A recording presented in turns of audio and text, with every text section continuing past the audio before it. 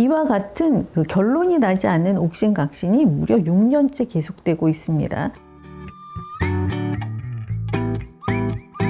선생님, 어제 뭐 보셨어요? 방송을 보다가 자기도 모르게 실실 웃게 될 때가 있죠. 지난주 TVN 유키즈 온 더 블럭 179화에 출연한 제주 MBC 이따금 기자를 보면서 한참을 웃었네요. 유재석 씨가 뉴스에서 그 제주 소식을 전하는 제주 MBC 기자 이름이 이따금이어서 신기하다고 했었는데 이번에 유키즈 온 더 블럭에 초대됐습니다. 이분이 이름만 독특한 것이 아니라 성정 자체가 신박하더라고요. 자기적이지 않은 그 밝음, 긍정 에너지가 화면 밖으로 뚫고 나옵니다. 저희 집안이 대체로 뚱한 편이어서 그런지 이따금 기자 같은 엉뚱 발랄함, 당당함이 저는 신기해요. 이분 자존감이 아주 하늘을 찌릅니다. 정점은 댄스였어요. 제가 방송을 보면서 사람 참 밝고 시원시원하네, 당차네 이러고 있다가 춤에서 완전 반해버렸어요. 이 본방송을 본 다음에 다시 보기를 기다렸다가 보고 또 보고 또 봤어요. 저런 춤은 흉내낼 수 있는 게 아닙니다. 흥을 타고났어요. 제가 기분이 언짢을 때, 마음이 상했을 때 힐링용으로 찾아서 보는 일명 짤방이 몇 개 있거든요. 하나는 MBC 거침없이 하이킥에서 정희루 씨가 박혜미 씨에게 애교 부리는 장면이 있었어요. 엄마, 어머니, 엄마, 마마 막 이러는 게 있는데 이거 기억하는 분 계시겠죠? 그거 보면서 제가 한때 씨름을 잊었었고요. 또 하나는 진짜 사나이에서 그 퇴소하는 장면, 혜리 씨의 의도치 않았던 애교, 제가 그 장면도 힐링용으로 자주 봤었어요. 여기에 이따금 기자의 댄스 장면이 추가되겠습니다. 안 보신 분들은 꼭 챙겨서 보세요. 제가 웃으면서 이 이따금 기자의 댄스를 보면서 박시은 씨가 이거 좀 꼭 보면 좋겠다 생각을 했어요. 지난달 30일에 방송된 SBS 동상이몽 너는 내 운명 277화에 진태현 씨하고 박시은 씨가 출연해서 가슴 아픈 그간의 이야기들을 들려줬습니다. 벌써 5개월 정도의 시간이 지났더라고요. 처음에는 굳이 벌써 예능에 나올 필요가 있나 싶었는데 방송을 보니까 그 슬픔을 극복하는 자신들만의 방식을 알려주더라고요. 제가 살아보니까 좋은 부부, 좋은 가족의 덕목은 다른 게 아니고 어려움이, 고난이 닥쳤을 때 서로 원망하는 것이 아니라 위로하고 격려하는 것이 좋은 부부더라고요. 예를 들어서 아이가 입시에 실패를 했어요. 그럴 때 남편이 그렇게 극성을 떨더니만 왜 이 꼴이 났느냐 퍼부어대고, 또 아내는 아내대로 관심 하나도 없다가 왜 이제 와서 야단이냐 악다구니를 쓰고 덤비고, 이런 집들이 있잖아요. 반면에 그동안 고생했다, 애 많이 썼다, 우리 기운내서 다시 잘해보자, 부모가 한마음 한뜻으로 아이를 보듬는 그런 가정도 있죠. 박시은 씨와 진태현 씨 부부는 당연히 후자죠. 서로를 아끼면서 걱정하는 모습이 정말 아름다웠어요. 이렇게 아끼는데 두 사람 이제 곧 옛말하며 살 날이 오겠죠. 그런데 박시은 씨가 예능 프로그램을 통해서 많은 위로를 받았다고 합니다. 그래서 제가 이따금 기자의 댄스를 박시은 씨가 봤으면 한 거예요. 나는 솔업, 한승연의 지구오락실 같은 프로그램을 보면서 웃을 수 있었다고 했는데요. 동상이몽 너는 내 운명은 언급하지 않았습니다. 이런 게 바로 예능의 순기능이잖아요. 혹자는 예능 같은 거 뭐하러 보느냐, 할 일 없냐 한심해 하지만 예능 프로그램이 누군가에게는 엄청난 위안이 되는 거죠. 예능 프로그램 만드시는 분들 자부심과 동시에 책임감을 가져야 합니다. 그래서 일말에 책임감을 가진다면 그 아이템 돌려막기 시도 때도 없이 하잖아요. 그런 건 좀 자제하지 않을까요?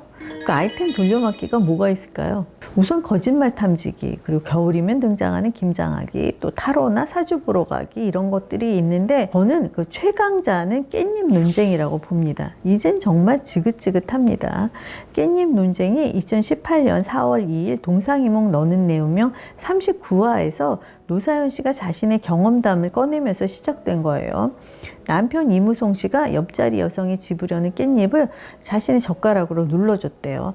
노사연 씨에게는 그리 해준 적이 없다고 합니다. 그리고 지금이 2023년이니까 횟수로 6년째입니다. 그동안 숱한 예능 프로그램에 등장했습니다. 다루지 않은 예능을 찾기 어려울 정도예요. 거기에 보태서 패딩 지퍼 올려주기도 있었죠. 문제의 그날 마침 이순재 씨가 출연했었는데 이순재 씨는 예의상 해줄 수 있는 거 아니냐고 하셨고 소희연 씨는 노사연 씨와 마찬가지로 절대 안 된다고 했었죠. 이와 같은 그 결론이 나지 않는 옥신각신이 무려 6년째 계속되고 있습니다. 제가 이상하다고 여기는 부분은 이 깻잎을 집으려는 그 당사자, 그 사람의 기분, 그 사람의 신경은 왜 아무도 고려하지 않는 거죠? 어디에서든 등장인물은 셋이잖아요. 깻잎을 집으려는 사람, 그리고 깻잎을 눌러준 남자, 그리고 그 남자의 부인이나 여자친구, 이렇게 셋이죠. 그런데 이 깻잎을 집으려는 당사자는 논외로 하고 언제나 이 둘로 나뉘어서 말싸움을 벌입니다. 저는 노사연 씨가 처음 이 얘기를 꺼냈을 때부터 나는 싫은데 했어요. 애도 아니고 노인도 아니고 내가 집으려는 깻잎에 다른 남자가 자신이 사용하던 젓가락을 가져다 댄다? 생각만 해도 저는 싫습니다. 본인은 뭐 순수한 호의겠지만 상대방이 기꺼이 받아들일 수 있는지 마음을 살피는 것이 우선 아닐까요? 사람의 도리를 행했을 뿐인데 왜 그렇게 곡해를 하느냐, 이런 의견도 있어요. 하지만 호의를 베풀기에 앞서서 상대방의 마음을 살피는 것이 먼저죠. 그리고 노사연 씨가 이 얘기를 방송에서 꺼냈을 때 그 깻잎을 집은 당사자도 방송을 볼 거 아니에요. 그렇다면 자기 얘기라는 걸 알 텐데 만약에 저처럼 이렇게 찝찝한 마음이었다면, 아니 이걸 먹어 말아 어떻게 해, 갈등을 했었다면 그 방송을 보는 순간에 얼마나 똥 밟은 기분이겠어요. 많은 예능 프로그램이 깻잎 논쟁을 벌였지만 그 자리에서 아니 상대방을 배려해야 한다, 상대방의 마음을 살피지 않는 호의는 금물이다, 이런 얘기가 나오는 걸 본 적이 없습니다. 제가 본 바로는. 방송을 보면서 이거야말로 배려가 빠진 호의다, 이렇게 개탄을 한 적이 있어요. 지난해 12월 27일 KBS 아침마당 화요초대석에 이동준 씨가 나왔습니다. 이분이 오랫동안 투병 중인 방시리 씨를 도와왔대요. 18년째라고 하는데 고마운 일이죠. 그런데 진행자가 방시리 씨는 요즘 어떻게 지내시느냐 이렇게 물었어요. 그랬더니 방시리 씨에게서 한 달 전에 전화가 왔다면서 어렵사리 돈 이야기를 꺼내더래요. 100만 원을 빌려달라고 했다고 합니다. 아, 진짜 돈이 없구나. 코로나 때문에 내가 너무 소홀했네 하고 골프를 치다가 말고 바로 보내줬다고 합니다. 이동준 씨는 이 얘기를 듣고 다른 여러 사람이 방시리 씨 돕기에 나서주기를 기대했는지도 모르겠고 또 적어도 그 생색을 내기 위해서 꺼낸 얘기는 아닐 거예요. 하지만 방송을 보는 방시리 씨의 마음은 어떨까요? 어렵게 꺼낸 얘기인데 그걸 굳이 방송에서 밝혀요? 휠체어를 탄 방시리 씨를 무대 위에 오르게 해서 성금을 전달하는 사진이 방송에 나왔는데 그것도 마음이 안 좋더라고요. 듣자니까 이동준 씨가 과거 미사리에서 카페를 할 때 방시리 씨는 한참 활동을 할 때였는데 가수 섭외도 앞장서서 해주고 그리고 종종 무료로 공연을 해줬대요. 다른 업소에 공연을 하러 가면서 들러서 공연을 해주곤 했다는데 그 출연료를 줘도 안 받았다고 합니다. 사양을 했대요. 이 두 분의 인연이 그렇게 시작됐고 지금까지 이어져 왔던 건데 이동준 씨는 아들 데리고 잘 차려입고 방송에 나와서 이런저런 자랑을 해가면서 굳이 그 100만 원을 빌려줬다 이 얘기를 했어야 하는지, 그 방시리 씨에 대한 존중이 없어서 너무나 아쉬웠습니다. 저는 봉사나 기부 이런 거 드러내는 편이 옳다고 생각하는 편인데 이건 사람 대 사람의 관계가 포함되어 있잖아요. 이건 아니지 싶더라고요. 아울러 배려와 존중이 없는 건 기본이고 호의조차 찾아볼 수 없는 경우도 있었어요. 지난해 3월에 방송된 SBS 돌싱포맨 34화 초대 손님이 홍현희 씨, 소유진 씨, 심진아 씨였는데요. 그날은 홍현희 씨의 임신을 축하한다면서 입덧 얘기를 비롯해서 화제가 임신과 출산으로 쏠렸습니다. 소유진 씨는 아무래도 남편 백종원 씨에 대한 질문을 많이 받았고요. 심진아 씨가 텐션 높기로 유명한데 그날은 평소 같지 않았어요. 심진아 씨가 한 해 전이죠. 2021년 4월 KBS 옥탑방의 문제아들에 남편 김원효 씨와 출연해서 난임이어서 10년째 임신을 위해 노력 중이라고 밝혔었거든요. 아니, 제작진이 임신을 축하하는 자리에 왜 심진아 씨를 섭외한 걸까? 제가 자꾸 심진아 씨의 기색을 살피게 되더라고요. 그 뒤에 출산을 앞두고 홍현희 씨는 전지적 참견 시점에서 이효리 씨도 만나러 갔습니다. 이효리 씨도 그 전해에 놀면 뭐하니에서 그 임신을 준비 중이라고 얘기했었죠. 이게 뭐 별거 아닌 것 같아도 상당히 예민한 문제입니다. 이럴 때는 서로 배려를 해줘야 합니다.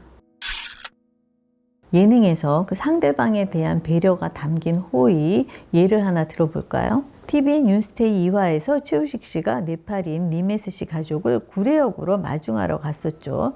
니메스 씨네 아이가 자다가 깼는지 울더라고요.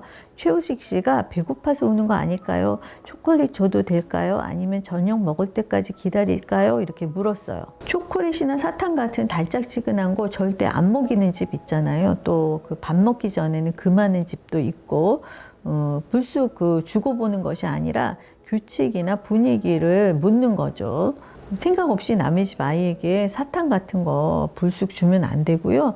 쓰담쓰담도 허락 없이 해서는 안 됩니다. 그건 반려견도 마찬가지예요. 원치 않는 그 호의가 정말 괴로운 것이 어머니들이 자식이 원치 않는 음식을 바리바리 싸주고 택배로 붙이기까지 해서 정말 미쳐버리겠다, 이런 분들 요즘 많으세요. 일단 먹을 거를 버린다는 것이 죄스럽고 또 버리는 것도 일이잖아요.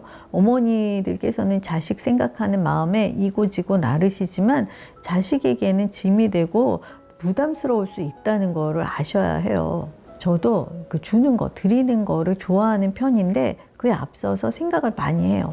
이거 괜찮을까? 진짜 좋아할까? 그 적정선을 지킨다는 것이 참 어렵더라고요. 그런데 어쨌거나 내 기분보다는, 주는 내 기분보다는 받는 이의 마음을 살피는 것이 먼저라는 생각입니다. 유재석 씨가 지난 2021년 벽두에 새로운 얼굴을 발굴하겠다 선언을 했었는데 2022년에는 별 소득이 없었죠. 그런데 2023년 출발이 좋네요. 이따금 기자를 MBC 놀면 뭐하니에서 보게 될까요? 예능하는 기자가 탄생하려나요?